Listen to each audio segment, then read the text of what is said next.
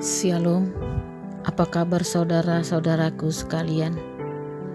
Kiranya kasih Tuhan kita Yesus Kristus senantiasa menyertai kita semua. Sebelum kita menyambut sapaan firman Tuhan untuk pagi hari ini, marilah kita bersaat teduh sejenak.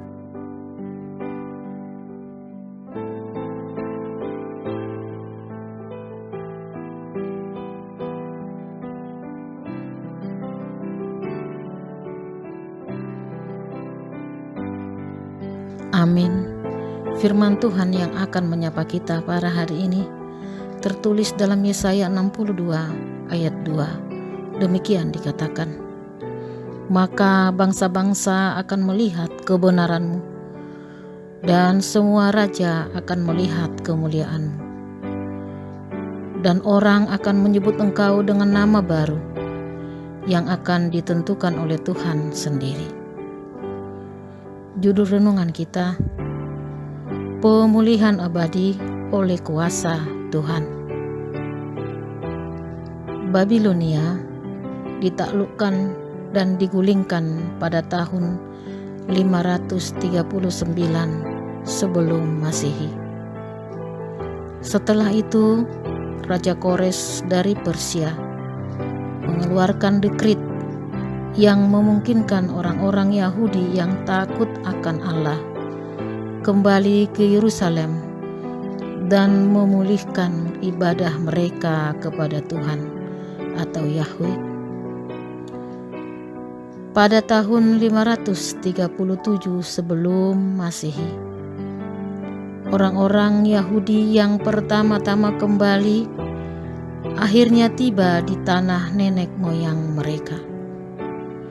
Sekali lagi Tuhan memperlihatkan perkenanannya kepada Yerusalem sebagaimana tercermin dalam seruan pernyataan nubuatnya. Demi Sion aku tidak akan berdiam diri, dan demi Yerusalem aku tidak akan tinggal diam sampai kebenarannya bersinar seperti cahaya dan keselamatannya menyala seperti suluh. Yesaya 62 ayat 1. Nats yang ditetapkan pada hari ini, Yesaya 62 ayat 2, adalah nubuatannya yang telah digenapi untuk masa sesudah pembuangan. Sebuah masa depan yang gemilang telah dijanjikan dengan begitu gamblang. Apakah itu berarti umatnya hanya perlu berdiam diri dan menunggu Tuhan mewujud nyatakan janjinya? Sesungguhnya pengharapan yang Tuhan janjikan adalah pengharapan eskatologis. Kita tidak tahu kapan dan bagaimana Tuhan mewujud nyatakan janjinya itu hingga saatnya tiba. Sebab itu, selama masa penantian, sikap hidup yang berdoa menjadi penting karena akan membentuk pola pikir dan gaya hidup kita sebagai umat yang senantiasa hidup dengan pikiran yang terarah pada janji pemulihan Tuhan itu. Maka pola pikir dan gaya hidup kita akan terbentuk sesuai realitas yang Tuhan janjikan, sehingga kita menjadi bagian dari pekerjaan Tuhan mewujud nyatakan Yerusalem yang baru dalam hidup kita di tengah lingkungan kita pada masa kini. Pada tahun 537 sebelum Masehi, Tuhan menggenapi janjinya untuk memulihkan Yerusalem. Penduduknya menikmati penyelamatan yang dilakukannya, dan kebenaran mereka pun bersinar dengan terang. Namun belakangan mereka kembali menyimpang dari ibadah murni. Akhirnya mereka menolak Yesus sebagai Mesias. Dan Tuhan pun meninggalkan mereka sebagai bangsa pilihannya. Tuhan menyebabkan lahirnya kembali suatu bangsa baru, Israel milik Allah.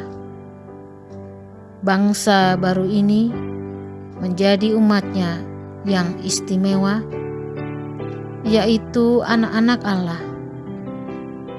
Para anggotanya dengan bergelora memberitakan kabar baik di seluruh dunia yang sudah dikenal pada waktu itu. Dan sampai sekarang ini, di zaman milenial ini, kita telah menyandang status baru sebagai anak-anak Allah dan telah menerima keselamatan itu. Janganlah kita berdiam diri saja, tetapi hendaknya kita ikut serta menyerukan keselamatan dari Allah, sama seperti yang dilakukan oleh Yesaya. Tugas itu bukan hanya dilakukan oleh seorang nabi, pendeta, penatua, atau setua saja, tetapi juga menjadi tugas setiap jemaat yang percaya dan telah memperoleh keselamatan dari Allah. Tuhan Yesus memerintahkan, "Karena itu pergilah, jadikanlah semua bangsa menjadi muridku." Matius 28 ayat 19. Pemulihan abadi telah diberikan Tuhan melalui kuasa anaknya Yesus Kristus. Kita telah menjadi suatu bangsa pilihan Tuhan yang diselamatkan, yang akan mendiami Yerusalem abadi kelak, di mana rumah Bapa ada juga di kota itu, di mana Yesus pergi menyediakan banyak tempat bagi kita. Untuk itu, peliharalah hati dan pikiran kita, agar damai sejahtera Allah senantiasa bersama kita. Kita tidak perlu berteriak melintasi ruang untuk menemukan Tuhan. Dia lebih dekat dari jiwa kita sendiri, lebih dekat dari pikiran kita yang paling rahasia. Awe Tozer atau Pastoral of Protestant Evangelical. Amin. Shalom. Tuhan Yesus memberkati.